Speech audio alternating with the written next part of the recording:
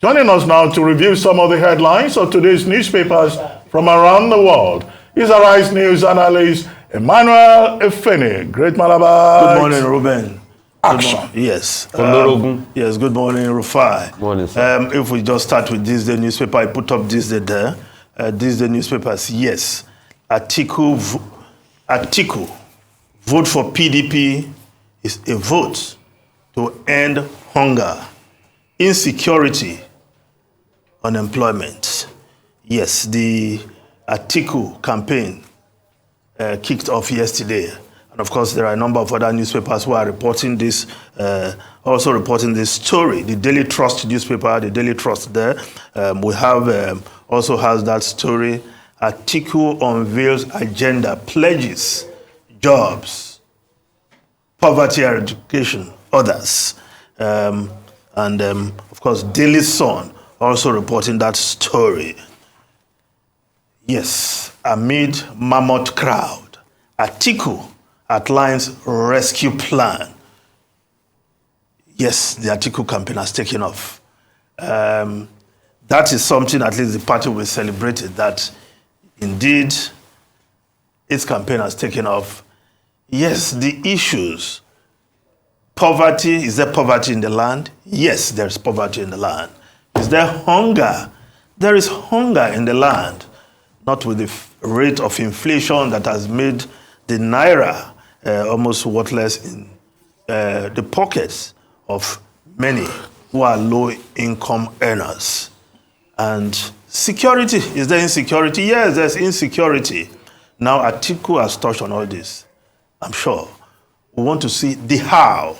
The how. I'll need to see his policy document and we interrogate those. But those are issues that are germane to the electorate. Every candidate will have to come up with how these issues will be addressed. The economy, yes, some say in shambles. How are you going to fix the economy? Are we going to continue with this kind of huge deficit we are going to see in the 2023 budget? How are you going to fill that gap? Borrowing when creditors are drying up. Printing money as an option, will that solve the problem, even if CBN continue to print and print? And of course, the big one, petroleum subsidy. So much money spent on petroleum subsidy. Even when we are all agreed that this is not the right way to go, somebody has to find the political will to deal with the issue, because the money we spend on importing fuel and subsidizing petroleum products is enough to fix the universities such that ASUU will be quiet over the next 4 years. We won't hear of any strike. I think these are issues that we'll continue to interrogate as the parties come up with their flag of their campaigns. PDP has done its own, yes, the APC. Let's look at the Nation newspaper. Yes, the Nation newspaper reporting the APC inauguration of the Women Campaign Council. Yes, something is happening in the APC, but you wonder why Women Council, when the main campaign council is yet to be compiled properly, because many stakeholders are saying what was released does not encompass the interests of all stakeholders. So, well, in the absence of a campaign council in place that is acceptable to all stakeholders in the APC, yes, a Women Campaign Council was inaugurated yesterday inside ASUU Villa. Ruben, you can identify that location. It was inside ASUU Villa. Yes, takeoff of the Women Campaign Council. But put that, put the Nation newspaper up again, the Nation newspaper, so that we'll read the lead story there. Yes, PDP is party of termites, can't return to power, says Tinubu. Yes, the message of Asiwaju Bola Ahmed Tinubu, the candidate of the APC. It has to be PDP But I thought that would have been an opportunity to also put forward his programs. But again, criticizing the other party is part of the campaign. I'm sure PDP spokesperson will also find some tough words when they have the opportunity for the APC and its candidate. Now, let's look at the Punch newspaper. The Punch newspaper, yes, PDP governors hit Uyo with 15 private jets. Yes, of course, most people fly with private jets these days, let alone governors of states, either owned by states or hired from those who are making a kill from the business of renting private jets. So, well, that's where the Punch focused on its headline, how the PDP governors arrived. But it has been said, who was not there? Nyesom Wike was not there, expectedly, because no truce has been reached. No agreement has been reached with the presidential candidate of the PDP, Atiku Abubakar, and of course, Ayu, the chairman of the PDP, who happens to be the sticking point for Wike and his group. They want him to step down. Yes, he presided over that campaign flag off yesterday. So what will happen? At what point will Wike and other governors, Shea Makinde, Autumn, and the other governor, when are they going to join the train? I'm sure we'll keep on watching, but like the PDP person on program this morning just restated, they have said, we are not leaving the party. We die here. But again, it's a dicey situation. You cannot say you are not coming out to campaign for the presidential candidate of your party and you want to win your state for the party. Looks contradictory somehow, but at the end of the day, the PDP will have to find a way to accommodate the interest of those governors. But whether it is Ayu must go that will eventually prevail or not remains to be seen. Now, if we look at the Daily Independent newspaper, yes, ASUU may call off strike in days. Falana Gbajabiamila. Yes, the academic staff union, there's a substituting court order. First at the industrial court, they appealed, and the appellate court said, go back to work before you can even be given the leave to challenge the ruling of the industrial court. Will ASUU continue their strike even when two courts have given order that they should return to work? Yes, you talk to them and say, how are we going to go to work? You think we'll be in the right state of mind? Create the state of mind to go and work. If you can create the state of mind to be on strike for 8 months, the courts have said, go back to work. But more importantly, what is the government doing to resolve the issues raised by ASUU that has lingered for more than 8 months? Of course, it dates back to 2009, of course, renegotiated, and Gbajabiamila has been intervening, but I wonder, where has he been in the past 8 months? Perhaps to atone for the indiscretion of showing himself and kid in Harvard. He has been in the thick of this negotiation because, after all, the House of Representatives, the National Assembly, is part of the federal government. That is yet to come to agreement with ASUU.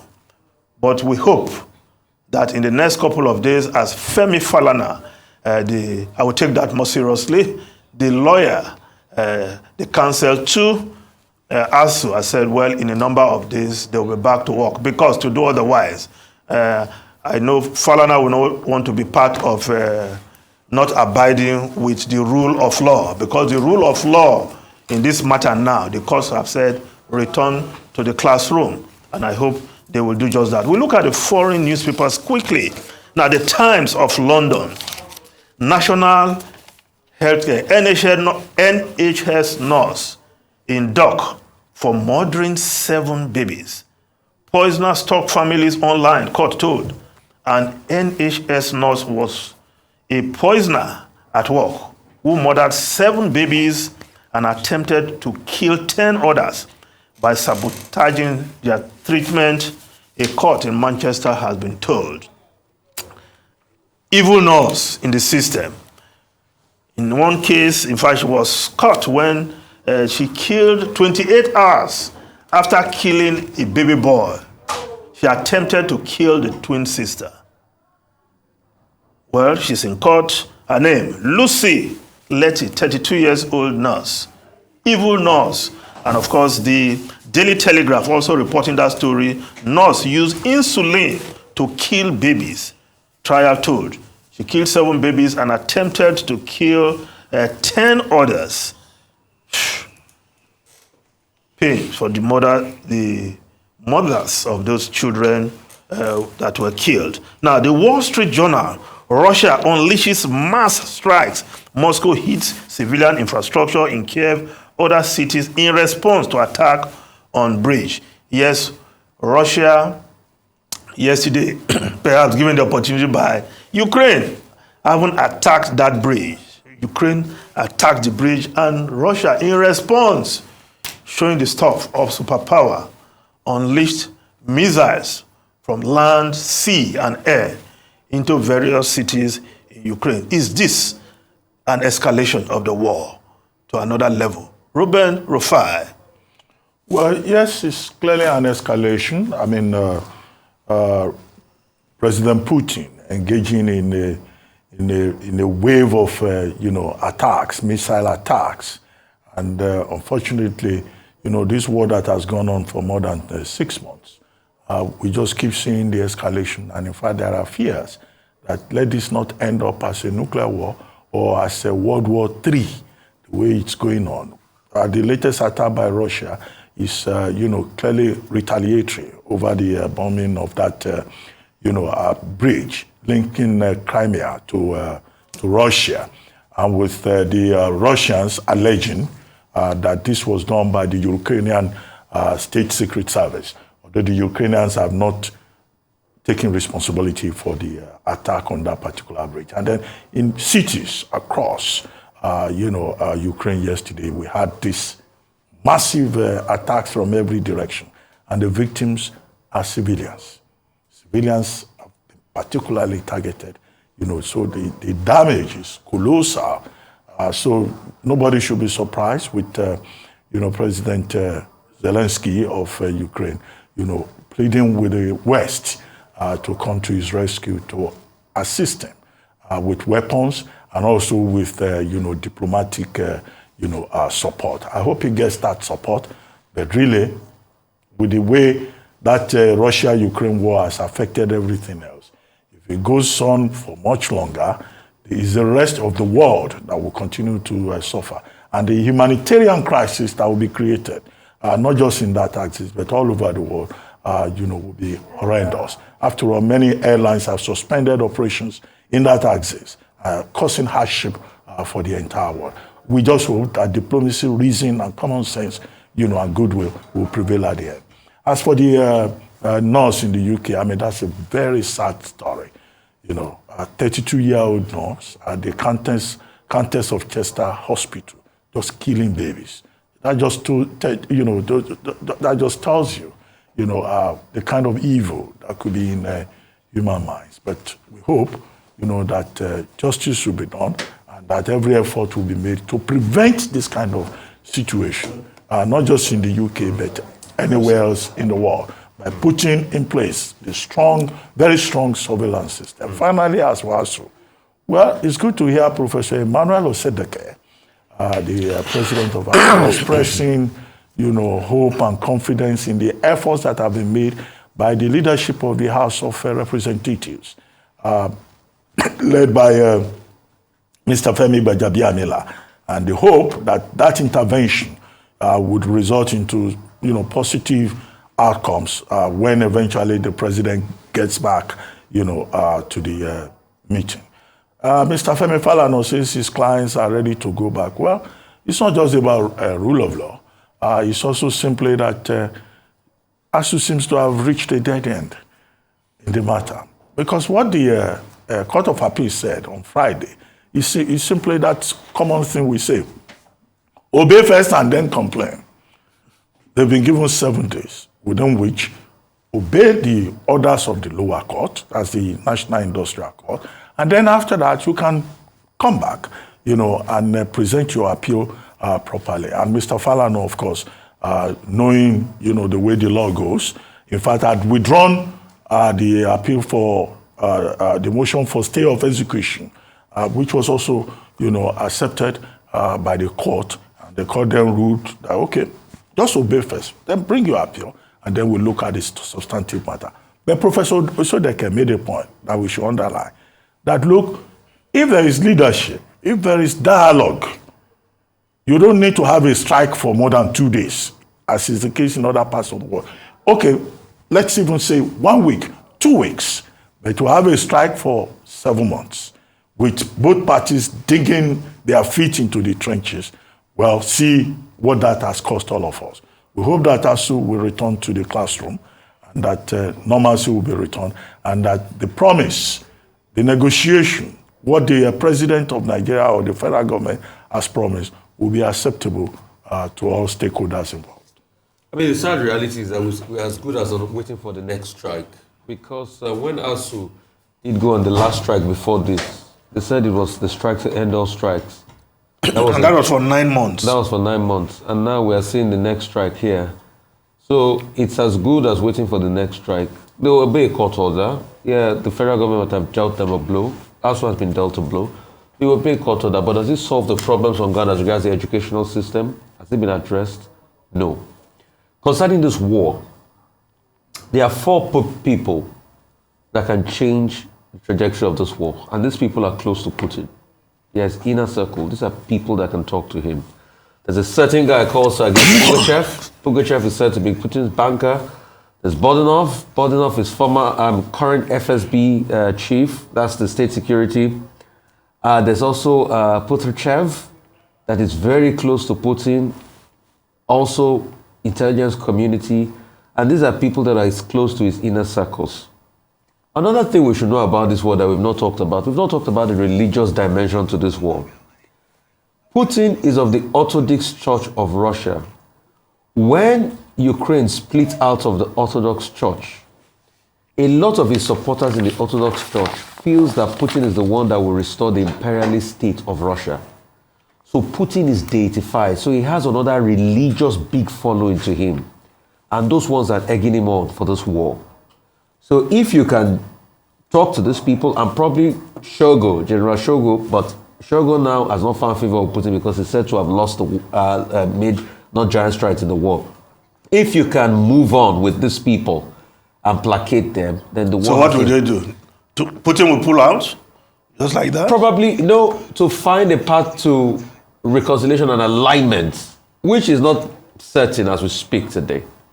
So those are the factors. Will Ukraine be ready to just allow those territories to go? Only time will tell.